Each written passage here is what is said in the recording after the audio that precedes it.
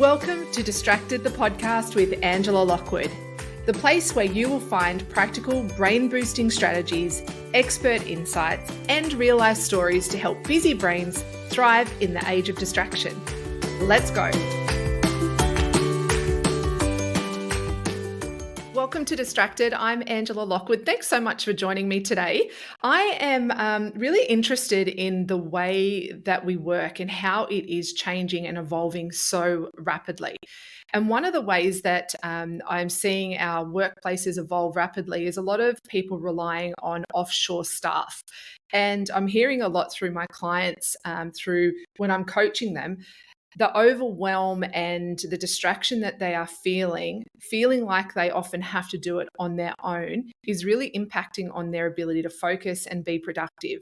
And so what I thought today is that I would go straight to the source. I would go straight to the CEO of People Partners, which is Reuben Brennan. He's going to be chatting to me today about how he manages a global company who really specializes in offshore staffing solutions, and how, if you are a busy exec who's thinking, I need help, how can you do that? And what are some of the things that you need to be aware of? So, Ruben, thanks so much for joining us here on Distracted. Oh, amazing. Thanks, Ange. And so glad we can do this today. Yeah, look, I thought, how you often have people ask questions and you go, I'm not actually sure how to expertly answer that. So let's just go straight to the source. And that's what I'm Yeah, thinking today. If I can ask you a lot of the questions that I'm being asked from my clients, and hopefully you can help them out much better than what I can. absolutely. Try my best. So tell us a little bit. So offshore staffing solutions. Now, I know a lot of people have in their mind that, that it's, I guess, what it is, but can you just dispel the myth? What is it that offshore staffing solutions in? Where do you go? How do people tap into it? And tell us all about the work that People Partners do. Yeah, sure. So I think offshore staffing is obviously a bit of a catch-all for, I suppose, anyone conducting work that is not onshore. I suppose how we approach offshore staffing solutions is through a lens of more holistic workforce reengineering. And so what we look at is how work is currently being prosecuted by the workforce in the organisation, and how is the responsibility shared across the different roles in the organisation? Because typically what we find as organisations grow, they have a tendency to duplicate incumbent roles over and over again. And so what seems to happen is tasks aggregate to roles and they start swell. And so responsibilities increase for individual roles. And then what we do is when we grow, we get another person and then we teach them all these broad amount of things. And then we get another person, we teach them all these broad amount of things. And so roles swell, onboarding is hard, responsibilities become so extensive that job satisfaction is really challenging. And so typically that's often when we will get called in. There's some levels of dysfunction in the workforce. Maybe they're struggling to retain talent. Maybe they're struggling to attract talent. Maybe people are just generally dissatisfied in the roles. And we often get pulled in to look at, okay, well, how could we re-engineer this workforce for greater efficiency and, of course, greater profitability, but ultimately to yield a happier workforce as well. And so typically what that it looks at like is having a look at all the responsibilities and tasks in any given role, and looking at, okay, well, how can we maximize the happiness, productivity of the onshore staff by looking at how we could delegate down to offshore staff some of those responsibilities that might not be in their passion zone, in their strength zone. And so we will look to work with the organization to recraft, I suppose, those roles into different position descriptions. And then once we've got a really good, meaty amount of responsibilities, we'll craft it into an offshore role that we will then recruit and on board for the organisation to work with that specialised offshore talent in a sort of full-time dedicated capacity.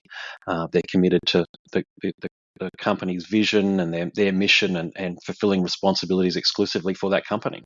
But because it's offshore, it obviously gives access to a much bigger global workforce and obviously dealing with different economies. So obviously the cost of living in some of the places, we've got offices in the Philippines and South Africa. So obviously the cost of living in some of those areas is significantly less.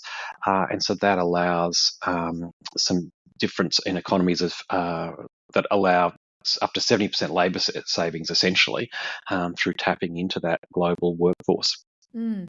So what I'm hearing is businesses that are looking to scale would be one group of clients that you would have. Would that be right? That people who Definitely. are going, hey, we're doing things really well, but we want to scale this. Yes. So businesses looking to scale, but obviously we've got a really diverse client base, from solopreneurs who are facing overwhelm and figuring out, how do I handle my day-to-day responsibilities better, right through to publicly listed companies who have got, thousands in their workforce, who are looking at how they can structure their organization better. So I suppose we would support a workforce of any size. Whether that workforce is one or thousands, it's still a workforce that's prosecuting responsibilities in a bid to achieve a vision, achieve some goals that the organisation aspires to realise. Mm. You touched on it briefly around overwhelm. So sometimes the people who might be looking at growing their staff or growing their team could be in that sense of overwhelm. What are some of the challenges that you're hearing in the current work climate, no matter what scale? Are some of those challenges that business owners or people in organisations are currently feeling? Yeah. Oh, definitely. It's the overwhelm is a massive challenge right across the employment landscape at the moment. And I think at its heart, we've sort of had, in this post-COVID particularly, a real labour shortage in a lot of areas. So a lot of employers are struggling to attract the talent they need. And so what invariably tends to happen is they're often operating a little bit short-staffed, and so incumbent staff aggregate more responsibility to try and patch the holes and gaps. And so what we've really seen is a swelling of typical roles to absorb more and more and more responsibilities.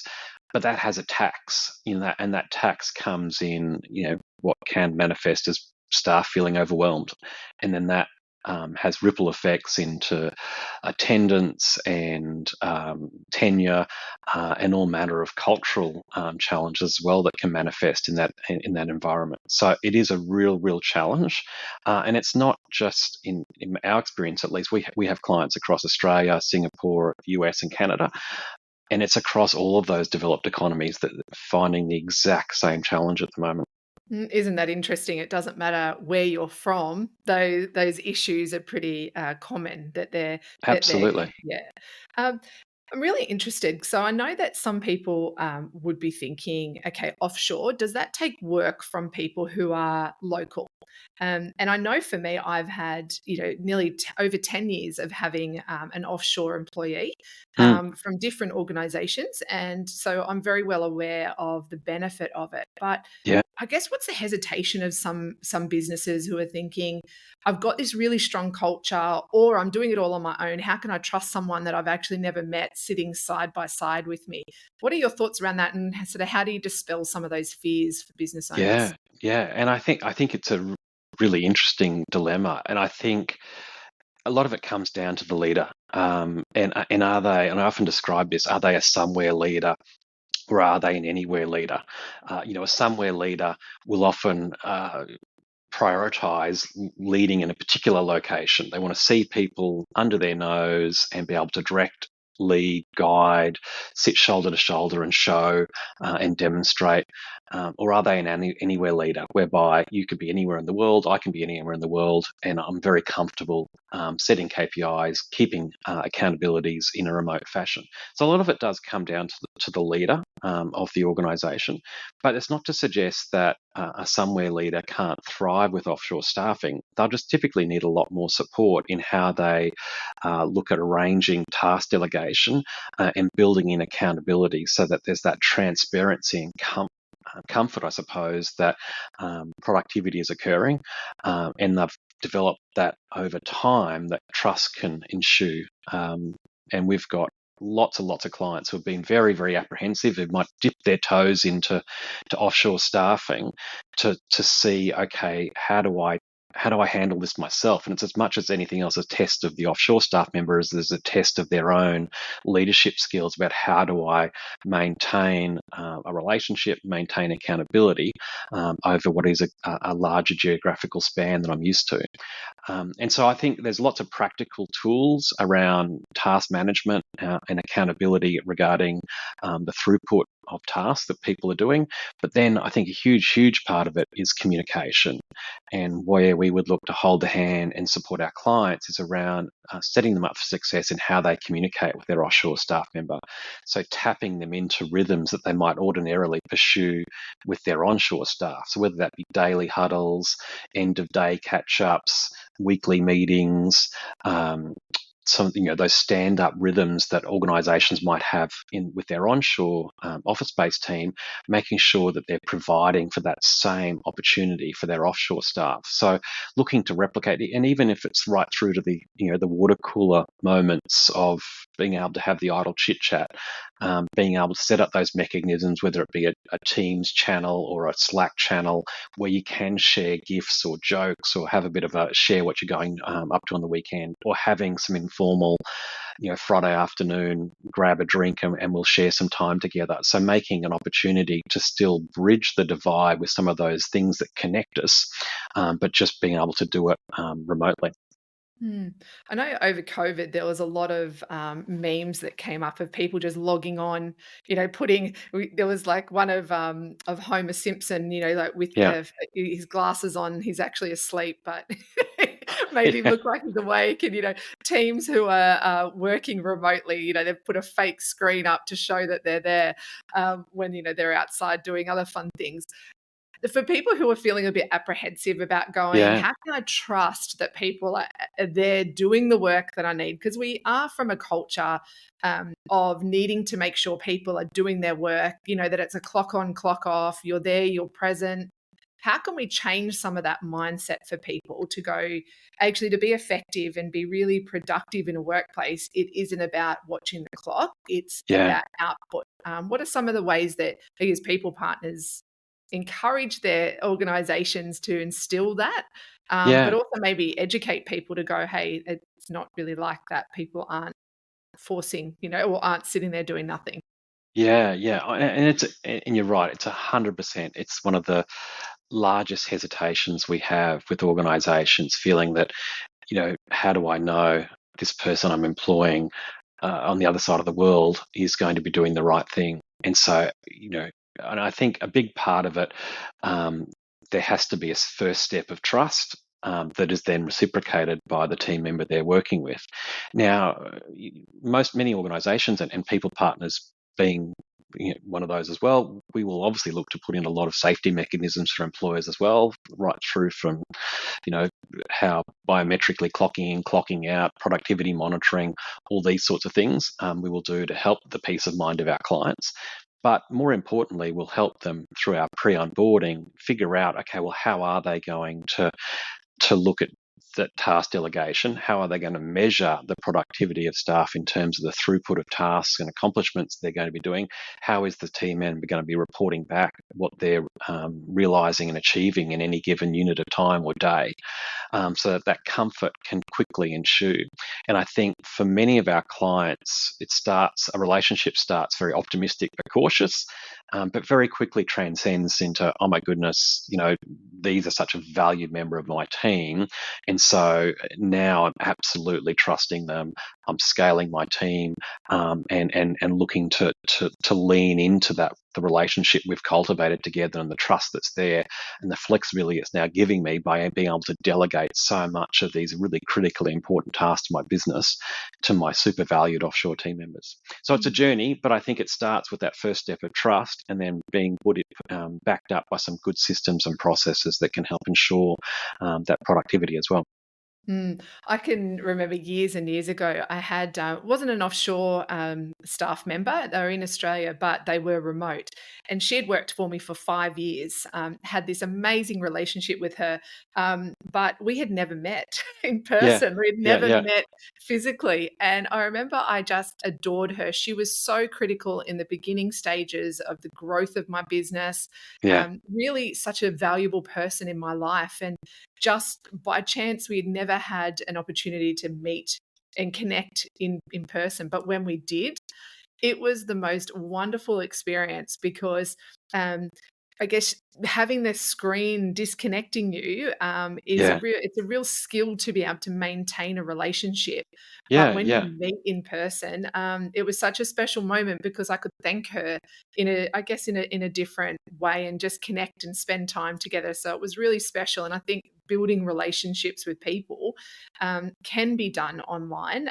Yeah. But geez, it's also very nice when you get to meet them and say, "Hey, thanks so much," and give them that big Yeah. hug or a Oh, good it's high so five. special. It's so special, Yeah. and something we, enjoy because obviously, not only do we make that opportunity for our clients of the offshore stuff, but obviously we've got a huge offshore team as well, and obviously taking that opportunity for us to personally connect as a leader is really valuable for me. But even seeing it with our clients, like our clients either visiting their offshore staff or having their offshore staff visit them in Australia, the stories, the celebrations they enjoy together, because you're 100% right. If you're going into battle with these really valuable colleagues day in day out, but never having met, that opportunity to finally connect can be super special. And yeah, even and we had our Christmas party at the end of last year. We were fortunate to have a number of clients join us at the Christmas party to share that time with their staff. And yeah, it was just absolute joy, dancing on the dance floor, getting up to mischief together, after cultivating that relationship for years remotely, does provide some pretty special opportunities to connect. And I think some of those opportunities to connect are just so special. I know myself personally, we come together with our remote team every quarter. So every 90 days, we bring everyone together to share a week of just calibration, resetting strategy, but also just having lots of social opportunities together, karaoke, meals out, just sharing some good times to really invest in the robust culture of our team as well. I am. You're very active on LinkedIn, and I see these great cultural events that you have Yeah, with your teams, and it's quite inspiring actually. And I wondered about the mechanics of how do you build culture within a remote team if you don't have that luxury to be able to be on site with them. So for people who are listening and they yeah. do have a remote team or they do have an offshore team, what are some of the things they can do to ensure that the culture of the organization is being practiced and instilled when they're not there physically? Yeah. Well, I think a leadership lesson which I've always modelled. It's a John Maxwell, an absolutely amazing leadership coach. People don't care what you know until they know that you care. It's something I've always modelled in my own leadership. And certainly, I've seen this with clients who genuinely care for their staff, take an interest in them. It's not just about, here's the 10 things I want you to do today, but it's, hey, how was your weekend? Genuinely investing, how is your family? You told me that your mother's not well. How is she going? For those clients who genuinely care, and for their staff, it's just it can be such a deeper relationship, and that culture that binds them then is just so much stronger. And so I think developing that rapport and relationship, with your, whether it be an onshore staff member or offshore staff member, it's really same. If you invest in that relationship, care for that person, they in turn will care much more for what you know and what you need, and much more about the vision and mission that your business is looking to prosecute in the world as well. And so I think just that core fundamental part of being human, I think, is just so important. It's not lost offshore. Just because they're a few thousand kilometres away doesn't diminish their similarities, I suppose, in terms of, love of family, love of friends, love of, wanting to be healthy. We've got so much more that unites us than separates us. So I think investing in those commonalities and finding common ground, and caring for each other is such an important part of that. I hear you talking so much about the people aspect and obviously being people partners, it makes sense. Um, I'm really curious around the impact AI has had on your organization, particularly being a global organization, and has that impacted on people's preferences around should I have outsourced to a human Yeah. or should I outsource to AI for my business? And I'd just love to know your thoughts around that. Well, I think that the short answer is probably both. I think fundamentally we're an organisation that promotes profitability and efficiency, and offshore staffing is just one of the conduits to help that happen. Um, AI is another one, and we've spent a lot of professional development opportunities across the full breadth of staff in our employ around helping them level up in their AI awareness and AI skills. But I'm seeing it as a massive opportunity for all staff, whether they be onshore or offshore, to level up their capabilities. And certainly, if I just look at the offshore specifically, we're seeing roles that might not have necessarily been amazing delivered offshore. Something like copywriting might be an example, whereas now with the aid of AI, it can be done a lot more effectively. We're seeing clients stretch their staff a lot further up the food chain, I suppose, where they might not have said, okay, well, I'm not happy with you looking after all client communication, email communication back and forth. Whereas now, obviously, with whether it be ChatGPT or insert your own AI model, helping you copyright those emails and replying to clients. I'm really happy with you doing all of that. So right now, over the last sort of 18 months or so, we're seeing a leveling up of what offshore staff are doing. They're doing more responsibilities. They're taking on more obligations, I suppose, with their clients with the aid of AI lifting them up. And so I think, as we fast forward through this AI journey, I think businesses investing in AI in their business to improve efficiency, that will invariably raise up all of their staff, and whether those staff are onshore or offshore, it will have that opportunity for them to move up the value chain and be able to deliver more valuable work. That's a really great perspective, Ruben, because a lot of people are seeing AI as a threat. There's a big element of the Fear. business community is, Yep. threat and fear driven. Or what about if, am I going to have to let people go? Or, is this going to mean that I'm going to be let go? And a whole range of fear and threat. But what I love about that is you're actually saying that AI will level up. And I love that phrase, that AI Yeah. will actually increase the capabilities of your team rather than you being scared by it. I love Yeah. that. Yeah. Yeah. Really interested in one of your habits, actually, Ruben. I'm Sure. going to. You travel a lot, and as I said, very active on LinkedIn. Share your traveling stories a lot on there, which is so Yeah. inspiring. It just shows what the modern day workplace can look like. When people travel, when leaders travel, often it's all in or not in at all. And what I mean by that is they go and they just work solid. They just work, work, work. Yeah. Come home either exhausted, and so they're not at their best when they return back to the office. I want to be interested in how, or I am interested, sorry, in how do you maintain your health and well-being when you travel so much? And as your organization continues to grow, how do you see this changing or developing? Yeah. No, it's a real interesting topic. Something I work on a lot myself, because I'm really disciplined in how I approach my work and how I approach my leadership, and so really looking to carry that across into how I travel as part of my responsibilities with people partners. So my routine, I try and mirror wherever I am. So that's in terms of setting a bedtime and a get up time. So typically I try and get up 3 or 4 hours before have an obligation to get to. So if I work at the 9 o'clock time, so I would get up in Australia at 5 a.m. and then work for 2.5 hours and then exercise for an hour and a half ahead of that 9 o'clock meeting. And so I will look to do exactly the same. So whether I'm in the Philippines or I'm in the US, whether I'm in Canada, whether I'm in South Africa, I will follow that same routine.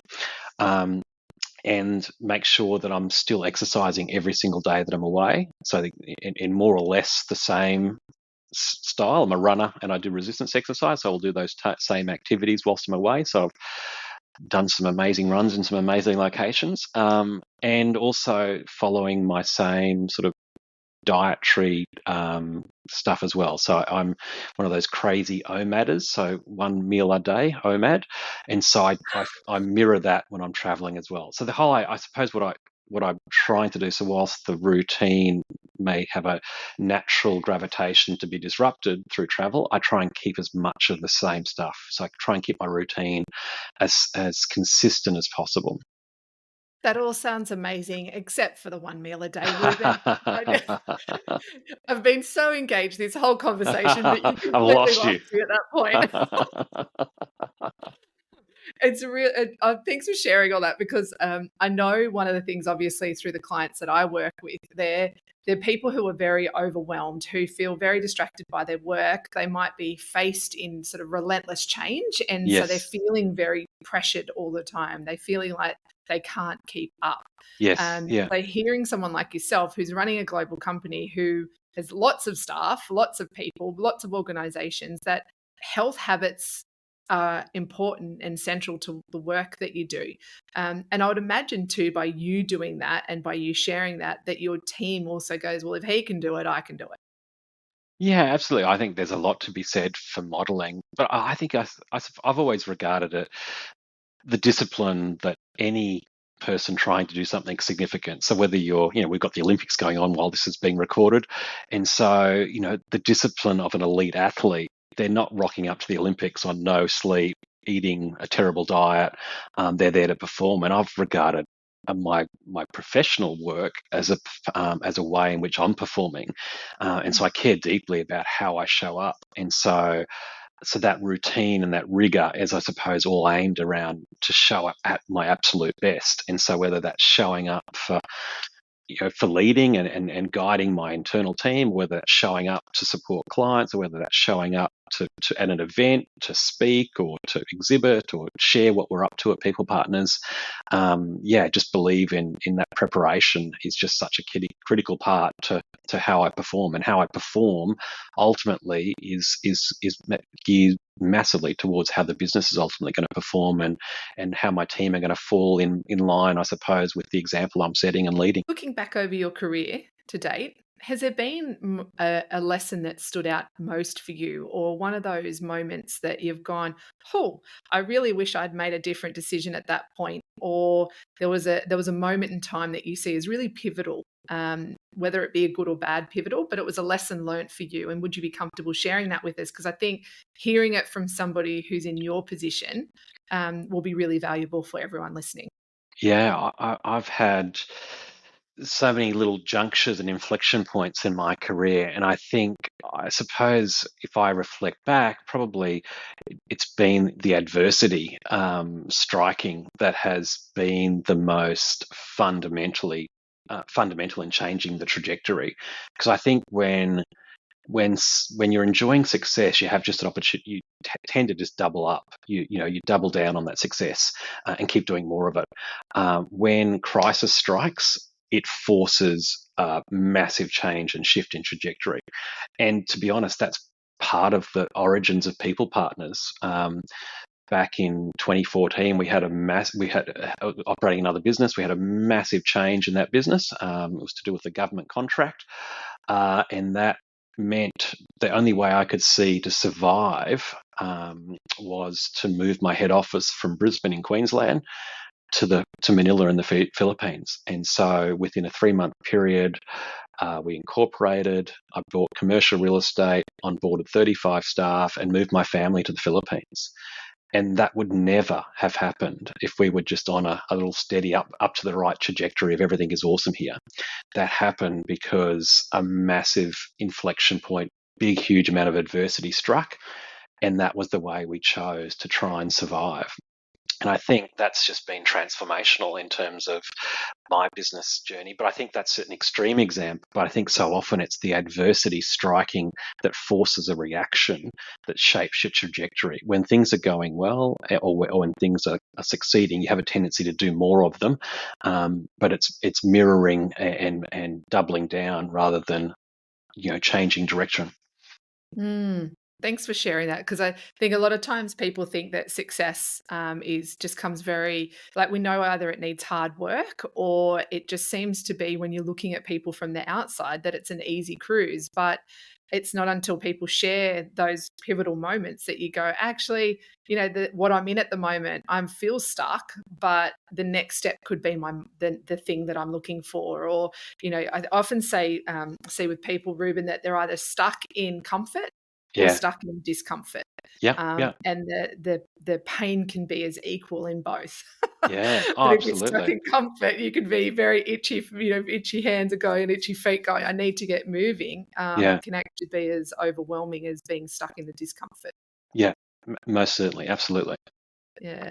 So, Ruben, I know you're a really big avid reader, I in am. terms of Yeah, surrounding yourself with things that feed your mind, not just your body. yeah. What is a book that you've read recently before we finish up that has been a recent game changer for you that you'd love to share? Oh, game-changing book. I saw him speak recently, so it's probably got a proximity bias. But Matthew Pollard's books, he's got a couple of them. The Introvert's Edge, one is around sales, and one is around networking. And I found it really just it hit home. It was a great read, lots of takeaways, and it's really influenced how we're approaching some of the stuff at People Partners, but also myself as well, how I'm approaching some of my engagement at events and networking, etc. as well. Don't you love how books can just change perspectives? I love it. um, Absolutely. Ruben, thank you so much. Our time's up. I Been a feel pleasure, like I've got Ange. Thanks so much. My pleasure. I've got so many more questions I could ask, but I will make sure that we link everything that Ruben's discussed. We'll link to People Partners if you are somebody who's interested in cutting through some of the overwhelm you might be experiencing in your role and are looking to either scale or also to cut through some of the noise that you're currently feeling maybe stuck in. I'll link all that over to Ruben. But Ruben, thanks so much for your time here on Distracted. Sounds great. Thanks so much, Ange.